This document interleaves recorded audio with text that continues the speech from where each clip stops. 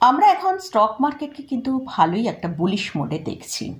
হয়তো এই bullish mode আরও কিছুদিন দেখতে পারি, কিন্তু মার্কেটে কারেকশান আসবে, সেটা হয়তো 2 মাস পরে আসতে পারে কি 4 মাস পরে আসতে পারে।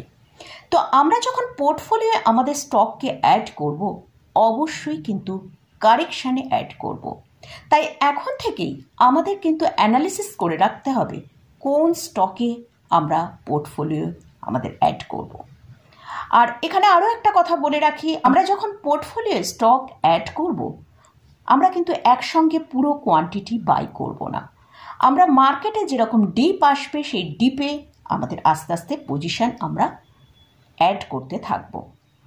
তো আজকের ভিডিওয়ে আমি 3টে ডিফেন্স স্টক নিয়ে আলোচনা করব, যে স্টকগুলো আমার মনে হয় আগামী 3 থেকে 4 বছরের মধ্যে একটা ভালো র্যালি আসতে পারে। কারণ আমরা জানি ডিফেন্স সেক্টরে কিন্তু আমাদের ইন্ডিয়ান গভর্নমেন্ট ফোকাসে রেখেছে, এবং এই তারা যে টার্গেট করেছে সেই টার্গেটে পৌঁছানোর জন্য তারা গভর্নমেন্টের আন্ডারটেকিং যেসব কোম্পানি আছে অথবা যেসব প্রাইভেট কোম্পানি আছে, দুটোর ক্ষেত্রেই কিন্তু তারা ফোকাসে রেখেছে। আজকের ভিডিওয়ে আমি যে 3টে স্টক নিয়ে আলোচনা করব, 3টেই আমি গভর্নমেন্ট আন্ডারটেকিং স্টক নিয়ে কোম্পানি নিয়েই আলোচনা করব। যেহেতু আমার ওয়াচ লিস্টে যেসব প্রাইভেট কোম্পানিগুলো আছে, আমি অলরেডি কয়েকটা প্রাইভেট কোম্পানি নিয়ে আপনাদের সাথে আলোচনা করেছি, কিন্তু সেখানে দেখতে পাচ্ছি স্টকের প্রাইস কিন্তু অনেকটা হাই, সেগুলো mid cap small cap category stock. তো সেই জন্য সেখানে অনেকটা হাই প্রাইসে এখনও ট্রেড করছে, সেগুলো এখনও অতটা কারেকশান, কিছুই সেরমভাবে কারেকশান আসেনি। তো কারেকশান এলে ডিফেন্স সেক্টরের মধ্যে যেসব প্রাইভেট কোম্পানিগুলো আছে সেগুলো নিয়েও ডিসকাস করব। তাহলে ভিডিওটা শুরু করা যাক। আমি নিরুপমা, শেয়ার শেখো চ্যানেলের পক্ষ থেকে সকল বন্ধুদের স্বাগত জানাই। আর চ্যানেলটা যদি সাবস্ক্রাইব না করে থাকেন তাহলে অবশ্যই চ্যানেলটা সাবস্ক্রাইব করে নেবেন, আর পাশে থাকা বেল আইকনটা প্রেস করে রাখবেন। আমি ভিডিও আপলোড করার সাথে সাথে আপনাদের কাছে ভিডিওটা পৌঁছে যাবে। আর একটা কথা বলি যে আমার চ্যানেলে আমি মেম্বারশিপ অন করেছি, আপনারা যদি ইন্টারেস্ট থাকেন তাহলে অবশ্যই মেম্বারশিপ নিতে পারেন। তো ফার্স্ট যে স্টকটা নিয়ে আলোচনা করছি সেটা হচ্ছে হিন্দুস্তান অ্যারোনটিক লিমিটেড। এই স্টকটা কারেন্ট প্রাইস চলছে 4,822 টাকা।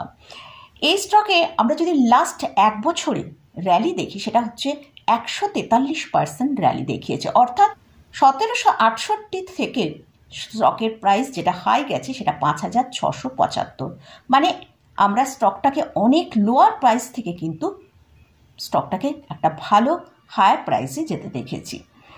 তো রিসেন্ট আমরা স্টকের মধ্যে একটা কারেকশান দেখতে পেয়েছি, যে কারেকশানটা প্রায় 1 থেকে 1.5 মাসের মধ্যে এসেছে। 21% কারেকশান আমরা দেখতে পেয়েছি। হয়তো স্টকের মধ্যে এখান থেকে আরও বেশ কিছুটা কারেকশান আসতে পারে। তো আমাদের সেই কারেকশানগুলোকে কিন্তু কাজে লাগাতে হবে। তো এটা একটা লার্জ ক্যাপ ক্যাটাগরি স্টক। এই কোম্পানি এয়ারক্রাফট অ্যান্ড হেলিকপ্টার দুটোই ম্যানুফ্যাকচারিংও করে, রিপেয়ারিংও করে। এদের মার্কেট ক্যাপিটালাইজেশন হচ্ছে 3,22,533 করোড়। এই স্টকটা কিন্তু ভালো ডিভিডেন্ড পে করে। এই স্টকের প্রাইসটা কিন্তু এখন অনেকটা হাই প্রাইসে ট্রেড করছে। আমরা যদি এই স্টকের পি দেখি, সেটা এখন 39-এর কাছাকাছি ট্রেড করছে, কিন্তু মিডিয়ান পি সেটা আমরা যদি দেখি অনেকটা নিচের দিকে আছে। তো স্টকটাকে আমরা কারেকশানে যখন পাবো, সেই জায়গায় আস্তে আস্তে আমরা অ্যাভারেজিং করব। এটা একটা অলমোস্ট ডে ফ্রি কোম্পানি। এদের যদি লাস্ট 5 ইয়ার্সের প্রফিট গ্রোথ দেখি, সেটা 26.5% সিএজিআর। লাস্ট 3 ইয়ার্সের যদি আরওই রেকর্ড দেখি, ট্র্যাক রেকর্ড, সেটা দেখতে পাচ্ছি 28.4% সিএজিআর। এই কোম্পানিতে যদি শেয়ার হোল্ডিং প্যাটার্নটা একবার দেখি, প্রোমোটারের হোল্ডিং, একটা স্ট্রং প্রোমোটারের হোল্ডিং রয়েছে, সেটা হচ্ছে 71.64%। এফআইএসদের হোল্ডিং আছে 11.68%, ডিআইএসদের হোল্ডিং আছে 8.81%। তো এই স্টকটার কিন্তু ফান্ডামেন্টালি খুবই একটা স্ট্রং স্টক। তো আমরা কিন্তু কারেকশানের জন্য ওয়েট করব। তো এদের যে জুন কোয়ার্টারের রেজাল্ট কিন্তু এসে গেছে, সেখানে আমরা জুন কোয়ার্টারের রেজাল্টটা একবার দেখব। তবে এখানে একটা কথা বলে রাখি, আমি এই যে স্টকগুলো নিয়ে আলোচনা করব, এটা কোনোটাই কিন্তু রেকমেন্ডেশন নয়, জাস্ট এডুকেশনাল পারপাসে আপনাদের সাথে এই স্টকগুলো আমি আলোচনা করছি। আপনারা যখনই বাই করবেন, আগে ভালো করে চার্ট অ্যানালিসিস করে নেবেন, তারপরে কিন্তু বাই করবেন। তো জুন কোয়ার্টারের রেজাল্ট যদি আমরা দেখি, সেখানে দেখতে পাচ্ছি রেজাল্ট কিন্তু খুবই খারাপ এসছে। যেখানে আমরা মার্চ কোয়ার্টারে দেখেছিলাম সেলসের এসছিল 14,769 করোড়, সেটা জুন কোয়ার্টারে এসছে মাত্র 4,348 করোড়। তার মানে সেলসের মধ্যে একটা হিউজ ডিক্লাইন আমরা দেখতে পাই। নেট প্রফিটের মধ্যেও আমরা একটা বড় ডিক্লাইন দেখতে পাচ্ছি। নেট প্রফিট মার্চ 2024-এ 4,292 করোড় দেখিয়েছিল, যেটা জুন 2024-এ 1,436 করোড় এসছে। এখানে আরও একটা নেগেটিভ এদের পয়েন্ট রয়েছে, সেটাও আপনাদের সাথে শেয়ার করছি। সেটা হচ্ছে এদের মার্চ 2024-এ যে ক্যাশ ফ্লোটা, সেটা কিন্তু নেগেটিভে ট্রেড করছে, সেটা হচ্ছে -185 করোড়। তো তাই স্টকটা যদি আমরা ভালো ডিপে পাই, আমরা বাই অ্যান্ড ডিপস এখানে ফলো করে তবেই কিন্তু আমরা এই স্টকটাকে বাই করার জন্য চিন্তা ভাবনা করব। এই স্টকটা যদি আমাদের কোনো কারণে দেখি স্টকের প্রাইস যে 3,000 থেকে 4,000 টাকা, এই প্রাইসের মধ্যেই কিন্তু যদি স্টকটাকে পাই আমরা, তখনই কিন্তু এই স্টকে অ্যাভারেজিং করতে শুরু করব। নেক্সট যে স্টকটা নিয়ে আলোচনা করছি সেটা হচ্ছে ভারত ডায়নামিক। এই স্টকের কারেন্ট প্রাইস চলছে 1,316 টাকা। এটাও একটা ইন্ডিয়ান গভর্নমেন্টের কোম্পানি। এরা ডিফেন্স ইকুইপমেন্ট আর মিসাইলস তৈরি করে। এদের মার্কেট ক্যাপিটালাইজেশন হচ্ছে 48,230 করোড়। এদের স্টকের কারেন্ট পি চলছে 83.4, মিডিয়ান পি হচ্ছে 25-এর কাছাকাছি। তাহলে বুঝতেই পাচ্ছেন স্টকটা কতটা হাই ভ্যালুয়েশনে ট্রেড করছে। স্টকের আরওসি হচ্ছে 24.2% আর আরওই হচ্ছে 17.9%। এই কোম্পানির যে ডেপটা আছে, সেই ডেপটা কিন্তু অনেকটা রিডিউস করে নিয়েছে। এবারে এদের আমাদের যে জুন কোয়ার্টারের যে রেজাল্টটা এসছে সেটা আমরা দেখব। সেলস জুন কোয়ার্টারে যেটা এসেছে সেটা 191 করোড়। মার্চ 2024-এ যেটা দেখিয়েছিল সেটা 854 করোড় ছিল। তাহলে বুঝতেই পারা যাচ্ছে সেলসের মধ্যে কিন্তু একটা হিউজ ডিক্লাইন এসছে। তাই জন্য কিন্তু স্টকের প্রাইসের মধ্যেও আমরা কিন্তু একটা ভালো ডিক্লাইন দেখতে পেয়েছি। সেটা নিয়ে আসছি। আগে নেট প্রফিটটা আমরা একবার দেখে নেব। নেট প্রফিটে আমরা দেখতে পাচ্ছি মার্চ 2024-এ এরা নেট প্রফিট দেখেছিল 288 করোড়, সেটা জুন কোয়ার্টারে এসছে মাত্র 7 করোড়। তো নেট প্রফিটের মধ্যেও কিন্তু একটা ভালো ডিক্লাইন আমরা দেখতে পেয়েছি। তো এই স্টকে প্রোমোটারের হোল্ডিং কিন্তু খুব স্ট্রং হোল্ডিং আছে, যেটা 74.93%।